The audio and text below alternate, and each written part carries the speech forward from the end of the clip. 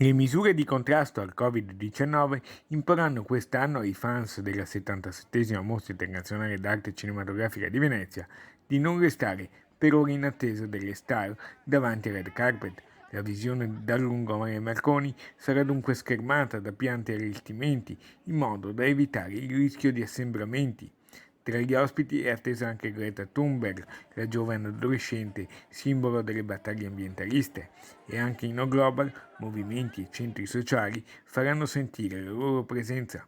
Intanto le giornate degli autori hanno presentato il loro scoppiettante programma. Stiamo puntando a un'edizione bella, allegra, importante, finalmente dal vivo, finalmente insieme, con tutte le attenzioni e tutti i rigori che comporta la situazione attuale, di cui siamo molto consapevoli e sappiamo che potremo contare su tutti i nostri spettatori, su tutti gli accreditati, su tutti i nostri ospiti, perché sia davvero un'edizione sicura ma importante. Molti gli appuntamenti di questa sezione assai attesa del festival. Cominceremo il 2 con i 10 film della selezione ufficiale, con i 4 eventi speciali e il film di chiusura di Bruce LaBruce, con il programma disegnato insieme a Isola Edipo all'Isola degli Autori per le notti veneziane, pieno di sorprese. Non mancheranno gli ospiti. Tante sorprese da tutto il mondo, perché questa è una selezione, quella firmata quest'anno da Gaia Furrer, che guarda veramente al mondo, con la sorpresa di un ritorno in forza del cinema dell'Europa dell'Est.